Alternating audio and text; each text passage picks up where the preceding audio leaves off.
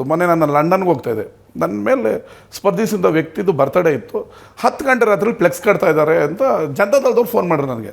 ನಾನು ನಮ್ಮನ್ನು ಫೋನ್ ಮಾಡಿದೆ, ಈ ನಾಳೆ ಅವ್ರು ಬರ್ತಡೇ ಇದೆ ಅಂತ, ಈ ಕಟ್ಬೇಡ ನಿಲ್ಲಿಸೋ ಅಂದೆ. ಈತ ಹೋಗಿ ಸ್ಟೇಜಲ್ಲಿ ನನ್ನ ಬೈತಾ ಇದ್ದ. ಆ ಕಾರ್ಯಕರ್ತರ ಕಿವಿಲಿ ಇಟ್ಟರೆ ಅಣ್ಣ ಇಲ್ಲ ಅಣ್ಣ MLA ನಿಲ್ಲಿಸಿದ್ರು. ಏನು ನಿಲ್ಲಿಸಿದ್ರಿ? ಅವ್ರದ್ದು ನಾಳೆ ಬರ್ತಡೇ. 10 ಗಂಟೆ ರಾತ್ರಿ ನಮ್ಮವರು ನಂದು ಫ್ಲೆಕ್ಸ್ನ ಕಟ್ತಾ ಇದ್ರು. ನೀವು ಲಂಡನ್ಗೆ ಹೋಗ್ತಾ ಇದ್ದೀರಿ? ಲಂಡನ್ ಹೋಗ್ತಾ ಇದ್ದೆ, ಏರ್ಪೋರ್ಟಲ್ಲಿದ್ದೆ. ನನ್ನ ಜನತಾದಳ ಕಾರ್ಯಕರ್ತರು ಫೋನ್ ಮಾಡಿದ್ರು ನನಗೆ, ಅಣ್ಣ ನಮ್ಮ ಲೀಡರ್ ಬರ್ಡೇ ಇದೆ, ನಿಮ್ಮ ಹುಡುಗರು ನಿಮ್ಮ ಫ್ಲೆಕ್ಸ್ ಕಟ್ತಾರೆ. ನಮ್ಮ ಹುಡುಗರು ಫೋನ್ ಮಾಡಿ, ಅವ್ರು ಬೆಳಗ್ಗೆ ಬರ್ತಡೇ ಇದೆ ಕಟ್ಬಿಟ್ರಿ ನಿಲ್ಲಿಸ್ರು ಅಂತ. ಬರ್ತಡೇ ಸ್ಟೇಜಿಗೆ ಬಂದು ಅವ್ನು ನನಗೆ ಬೈತಾ ಇದ್ದ.